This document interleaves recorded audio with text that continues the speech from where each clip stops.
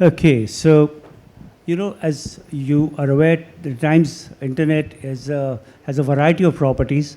They are into news and then non-news with plays like Ghana and MX. But what we're going to do, since this conference is predominantly about news and current affairs, I'm going to focus on the news part of Times Internet. You joined Times Internet about 10 years ago, right? Right.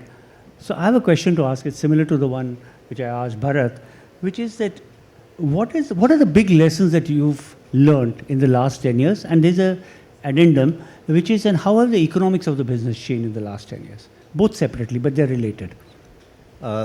Great questions to start with. Thank you very much, putting me in the hot seat directly. So just as a context, my 11 years in this stint, but I had 2 previous years with the Times Group when I was in the classifieds division on Magic Bricks, right? So I joined in 2012, and we were at about, if I take the news business in its entirety, we were about 50 million users at that point in time, right? And with whatever work that now the teams have done, we are very proud of the scale that we have achieved. Across multiple properties now, we are more than 100 million users. Specifically, Times of India is more than 200 languages, touches 100 and crosses 100 many times through the year. Economic Times is in that range. CricBuzz and all have crossed that range. So practically, the first part of the problem, as you said, what has been the learning? The learning was that when the environment is supportive, you have to make hay and do the best to ride on that tailwinds, right? So there was a time when audiences were coming in droves, the first set of people who came online, and that's when we capitalized building our audience games, right? So what period would you say that was? So this is like 2015 to 2018, 2019, when mobile first audiences started to come, right? People who have never experienced desktop or laptop, mobile was their first point to go to the internet, right? And I've seen now we'll have about 95% of users coming from mobile devices on our ecosystems, right? Second, I have seen significantly how the buying behavior has changed, right? So you said that you have to make hay when the sun shines. When the sun shines. So when the audience is coming in, so what is the kind of stuff you did when that happened? Right. So what did you build, that time? So one was that we doubled down on the existing properties that we had. So all the Bennett Coleman print titles, we grew them on digital significantly. So Times of India, Navbharat Times, we had Maharashtra Times, Vijay Karnataka, Economic Times. But we also launched newer properties online. So we launched Tamil Samayam, Telugu Samayam, Malayalam Samayam for these 3 language markets. We launched I Am Gujarat for Gujarati. We launched Newspoint, which is a content aggregator. Then we said, okay, at some point in time, audiences will start to plateau because only as many number of people in India know English and can consume meaningful, informative content in English, right? So if we can't grow audiences, then can we grow engagement of those audiences? So that is the point in time we started to launch new categories. So we launched E-Times, we launched Gadgets Now, we launched Happy Trips, we launched Times Food. So the first leg of growth, I would say we were lucky. In India, audiences were coming online, but we had a play to solve for them, right? So had we not had the play, we wouldn't have grown as fast as we grew. But by having a play, by solving for all of their tastes and needs, we were able to ride that wave, the first wave. Okay. And then the other, so the big lessons I was saying, first your thing was that you ride the wave. Right. Okay. The first was to ride the wave. Second is that you have to respond to the needs of the buyers. Correct. Because they are the parties where the cash starts to travel from. Initially, we used to be very happy with a cost per day kind of a purchase. Standard, if I talk similar to print, there is a jacket or an insertion, there is a cost per day ad. Then buying moved to CPMs, buying moved to audience CPMs, buying moved to performance, buying moved to native advertising, buying moved to social. And we have moved along with the buying patterns, right? Though as a publisher, I still value more and more direct buys, but I know that programmatic works better for advertisers. So we have to be in programmatic, we have to solve for them. We have to be in performance because that's where the rest of the money is going to come. How many brands in India will do a brand launch in a month, right? So if you were to look at your revenue breakup, in terms of performance, in terms of programmatic and the others, what would the breakup be, just roughly? So right now we will be about 50-50 between direct sold and programmatic. Obviously, it varies by the property. So the more premium the property, the more we are able to sell direct. So TOI and ET will have higher direct. Languages will have a comparatively lower share of direct. And then about 10 to 15% of our revenue today is performance advertising. Okay. And in terms of direct sold or banner advertising and non-performance business, it is about 30% which is brand solutions. Okay. And 70% which is standard banners that we do. Okay. Excuse me, could we have a little silence at the back, please? Excuse me. Thank you. So, and about whether the economics of the business have changed in a significant way in the last 10 years. Do you see any big stuff that has moved? So obviously the costs have increased multifold. Okay. How have the costs increased? Because A is the multiple platforms that we now have to cater to. So for example, 7 years ago, there was one desktop and all of us were fine doing content for desktop. And managing the sites for desktop more than the content, right? So you have one template for desktop, then you said, oh, now you have to have mobile, then you have to have AMP, you need to have PWA, you need to solve for Android, iOS. Obviously, you can create one size that tries to make it fit for all, but the consumer experience isn't that great, right? So you have to have custom products for each of these markets, each of these surfaces. So that has led to creep of cost. Second is, once you do a variety of content, your ability to leverage what you have already as a house keeps on going down because a lot of content is not getting done by print. So more and more teams have to be involved to create that content which is online only, right? So both on the technology and product side, as well as on the content side, costs have increased. And with the trend that we are seeing now, right? Even the eCPMs are under pressure. As the last panel we discussed, I think Sanjay said content will multiply, advertising may not grow by the same ratio. It has already happened for the last 3-4 years. So in the last year, I think at least the Indian language content would have grown 5, 6, 10x. Advertising hasn't grown in the same manner, so yields are under pressure. When yields go under pressure, you try to solve for that by saying, okay, I'll put more people on the ground. So then the individual salesperson's productivity starts to take a hit. Correct. Right? You have people on the ground, but they're not multiplying their cost by the same measure that they were doing earlier. So we have seen all of that happening. So the now. fundamental thing is the content is multiplying far faster than advertising is growing, and therefore you keep on trying, like being on a treadmill and running faster and faster. I think how ambitions are fast growing than the reality. I would like put it like that, right? Okay. The ambition to grow, to create content, to dip into your reserves today, bleed today to solve for tomorrow. Okay. Right? Yeah. And how large is your team now on the news side? And how much of those people would be in content? It's fairly large. So we will be about in the 3,000 people range on the news businesses. About 600 to 700 are content creators or editors which work only on digital. So they have no role on the print side, they are digital only. And then we also get the benefit of content that comes from our parent. Yeah, okay, that's okay. Right. So you have tried, I think your group has tried longer and more aggressively to move towards pay. And I've been seeing different things for many years, and I think you try something, then you try something else, but you've been at it for many years, right? Could you tell the audience, what are the big initiatives you have taken? What have been your different approaches? Because you may have something for ET, you may have something for Times of India, you can pay for one article, you have Times Prime. So if you look at a helicopter view, what is the 3 ways in which you're attacking this? And what do you see as the challenge and the opportunity in pay? Sure. So when it comes to subscriptions, right? We started with subscriptions not because we have to solve for subscription as a revenue stream, but we said, okay, how do we increase the ARPU of our users? In a digital media world, the ARPUs will be sub 20 rupees per year per user that I count. on Indian languages, it will be sub 10 rupees. On English, it will be sub 20 rupees. Now, the first wave where everyone thought, okay, we are doing great. Sorry to interrupt. So you're saying ARPU, if it is purely advertising based? Purely advertising. Okay, fine. Right? So as Times Internet, we had like 600 million users that we were capturing on any of our sites. We said, how can we make the Times Internet flywheel work?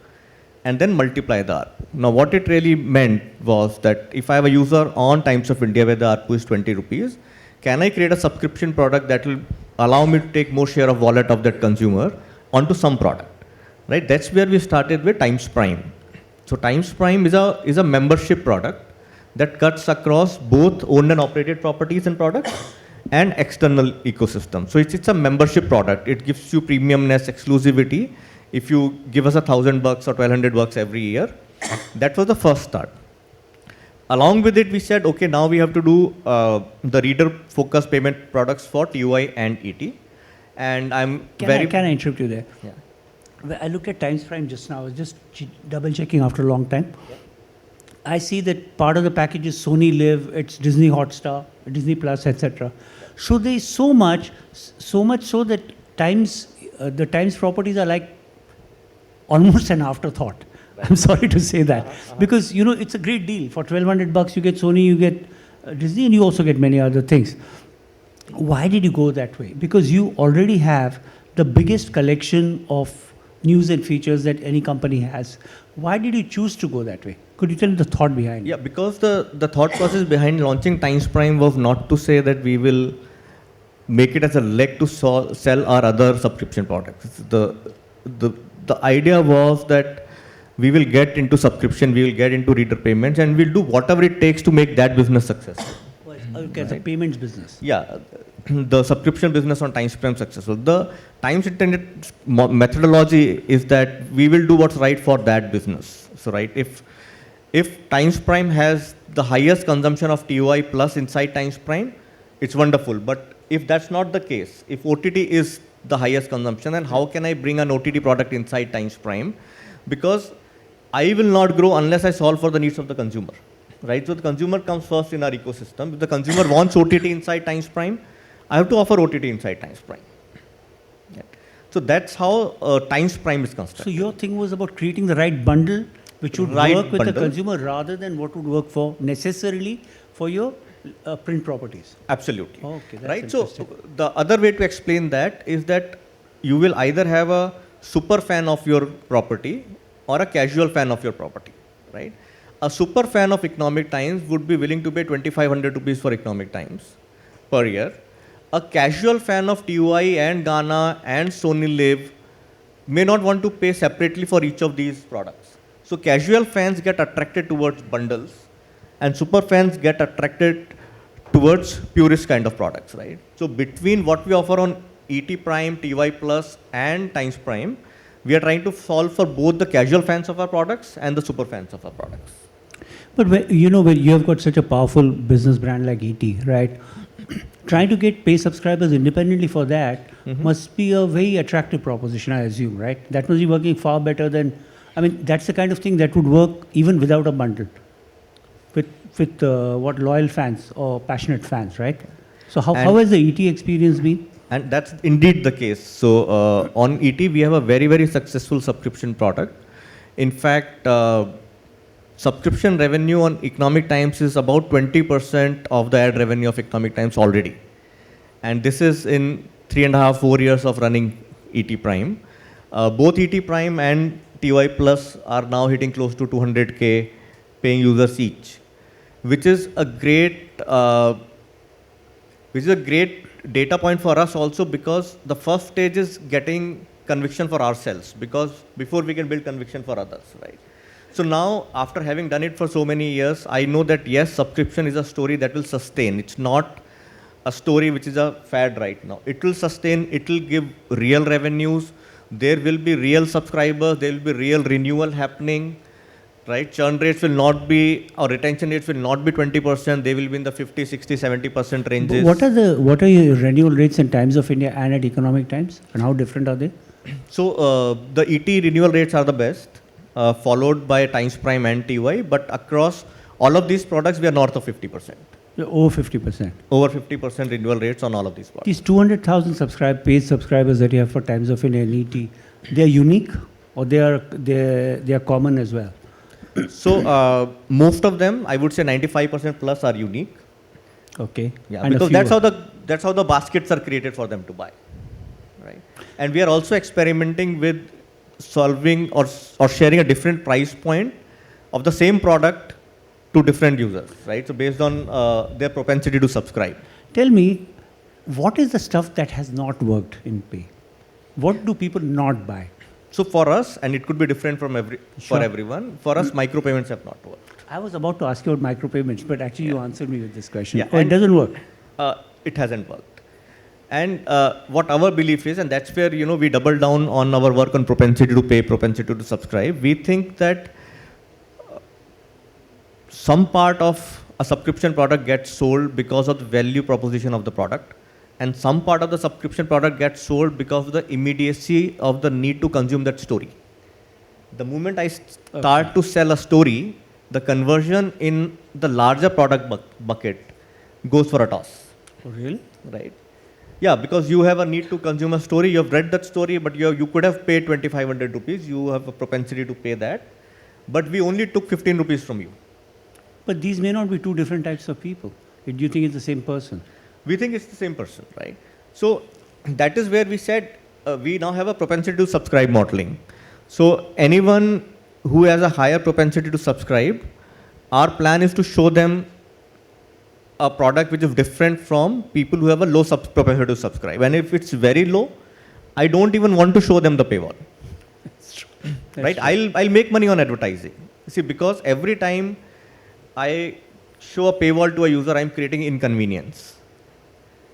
Right? Correct. 5 times, if let's say Puneet does not have the ability or the interest to pay for content on Times of India, and I show paywall 20 times over 3-4 sessions, right? The natural response will be, okay, I'll read the news elsewhere, right? So the one biggest learning then I come to is how our teams have learned to run both of these business in parallel. That is the next question. That the kind of website and the kind of news and content you need for a pay website is very different from what you need for a website running on advertising. Right. But it is the same website. So how do you reconcile the conflict in demands of both? Because of the kind of product that we have constructed. So both on TUI and ET, we don't have a metered paywall or a paywall across the site. The paywall value proposition is, today the value proposition is it's going to be ad light, point number 1.